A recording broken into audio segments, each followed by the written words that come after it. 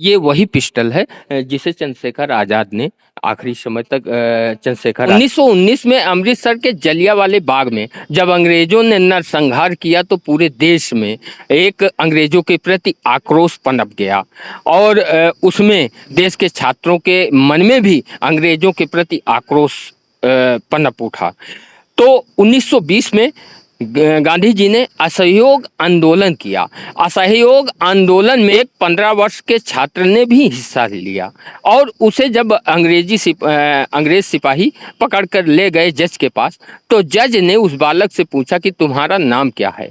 तो बालक ने अपना नाम आजाद बताया। तो जज ने बालक को 15 बेंत मारने की सजा सुनाई और फिर उस बालक को ले जाया गया और उसके हाथों को बांध दिया गया और जब भी बेत उसकी पीठ नंगी पीठ पर पड़ते तो जितनी बार पड़ते तो पीठ की चमड़ी उधेड़ जाती थी, लेकिन उस बालक के मुंह से केवल एक ही शब्द निकल रहे थे, भारत माता की जय।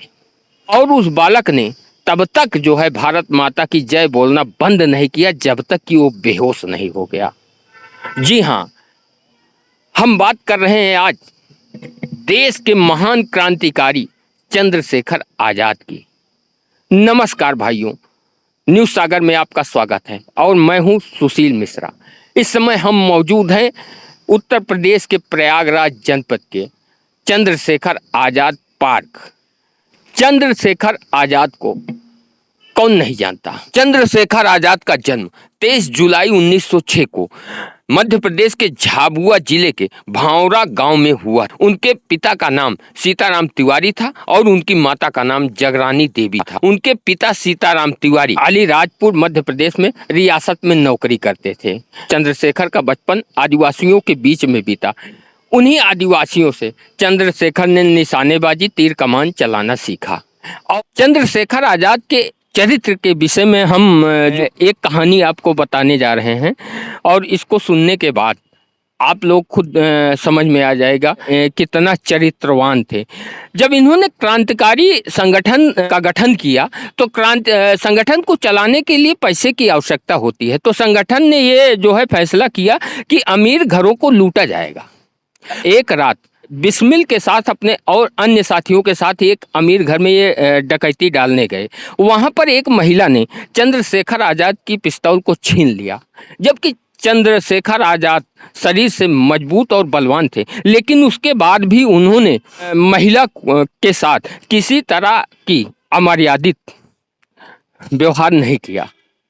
तो इससे उनके चरित्र को समझा जा सकता है। चाहते तो उस महिला के साथ मारपीट भी कर सकते थे और उससे पिस्तौल अपनी छीन भी सकते थे। तो इस घटना के बाद से उनके साथियों ने और चंद्रशेखर आजाद ने ये फैसला किया कि अब किसी अमीर घर में डकैती नहीं डाली जाएगी, बल्कि सरकारी संपत्ति को लूटा जाएगा, जिससे कि संगठन चलाया जा सकता है। तो इस कहानी से आप लोग समझ सकते हैं कि चंद्रशेखर आजाद का चरित्र कितना ऊंचा है। असेंबली में बम फेंकने के बाद जब भगत सिंह ने और अपने एक साथी के साथ गिरफ्तारी दे दी तो उनको अंग्रेजी सरकार ने फांसी की सज़ा सुना दी। फांसी की सज़ा को कम करने के लिए चंद्रशेखर आज़ाद यहाँ पर स्वराज भवन में पंडित जवाहरलाल नेहरू से मिलने आए थे।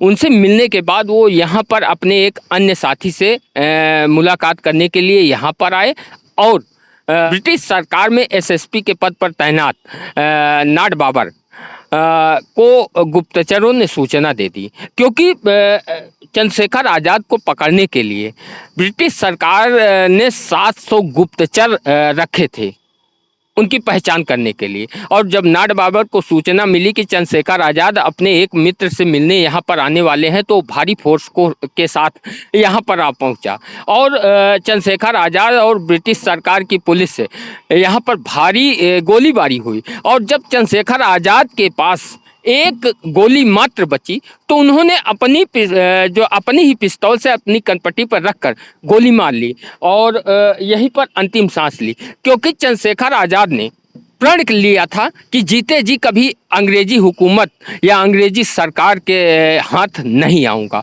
और उन्होंने अपने प्रण को, अपनी आखिरी सांस तक उन्होंने अपने प्रण को पूरा भी किया, क्योंकि जीते जी अंग्रेज आजाद को पकड़ नहीं पाए। और यहाँ पर एक नीम का पेड़ भी था, उस समय मौजूद था। तो चंद्रशेखर के आजाद के शहीद होने के बाद हिंदुस्तान के लोगों ने उस पेड़ को ही पूजना शुरू कर दिया, जिससे घबरा कर अंग्रेजी हुकूमत ने रातों रात उस नीम के पेड़ को कटवा कर यहाँ से हटवा दिया। इस समय हम संग्रहालय में मौजूद हैं और आप देख सकते हैं कि ये वही रिवाल्वर है, ये वही पिस्टल है जिसे चंद्रशेखर आज़ाद ने आखिरी समय तक चंद्रशेखर आज़ाद के पास रही। लेकिन उनके शहीद होने के उपरांत जो एसएसपी थे नाड बाबर, उन्होंने अपने कब्जे में ले लिया और इसको लेकर वो चले गए जो है इंग्लैंड। ये यहाँ पर आप लोग देखिए कि बाकायदा जो है पूरी इस पिस्टल के विषय में जानकारी दी गई है और लिखा गया है चंद्रशेखर आजाद की पिस्तौल। माँ भारती के अमर सपूत चंद्रशेखर आजाद का जन्म 23 जुलाई 1906 को तत्कालीन मध्य प्रदेश के झाबुआ जिले के भावरा गांव में हुआ था। इनके पिता का नाम श्री सीताराम तिवारी व माँ का नाम श्रीमती जगरानी देवी था। आजाद जी का बचपन ननिहाल में बीता एवं शिक्षा दीक्षा काशी में पूर्ण हुई। स्वतंत्रता आंदोलन के अग्रणी क्रांतिकारी चंद्रशेखर आजाद 27 फरवरी 1931 को वर्तमान चंद्रशेखर आजाद पार्क में अंग्रेजों से मुठभेड़ में आखिरी गोली खुद को मारकर वीर गति को प्राप्त हुए। यह प्रदर्श अमर शहीद चंद्रशेखर आजाद की पिस्तौल है जिसे उन्होंने बमतुल बुखारा नाम दिया था। इसका निर्माण अमेरिकन फायर आर्म बनाने वाली कोल्टस मैन्युफैक्चरिंग कंपनी ने 1903 में किया था। यह .32 बोर की हैमरलेस सेमी ऑटोमेटिक पिस्टल है जिसमें 8 बुलेट की मैगजीन लगती है। इसकी मारक क्षमता 25 से 30 यार्ड के बीच है।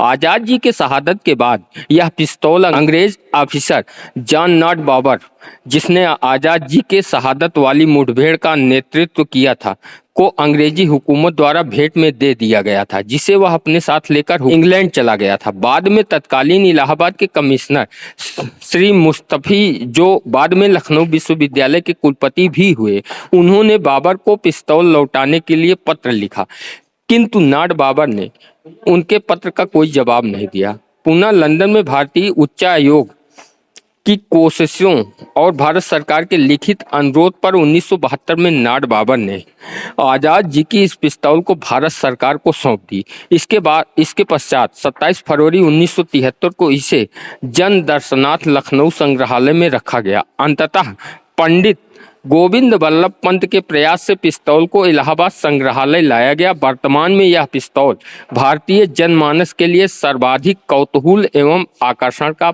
प्रदर्श है। तो ये थी चंद्रशेखर आजाद जी की पिस्तौल, और उस पिस्तौल के विषय में विस्तार से यहाँ पर पूरी जानकारी दी गई। आप लोगों से इतना कहेंगे कि यदि आप कभी प्रयागराज आएँ तो समय निकालकर एक बार जो है चंद्रशेखर आजाद पार्क जरूर आएँ।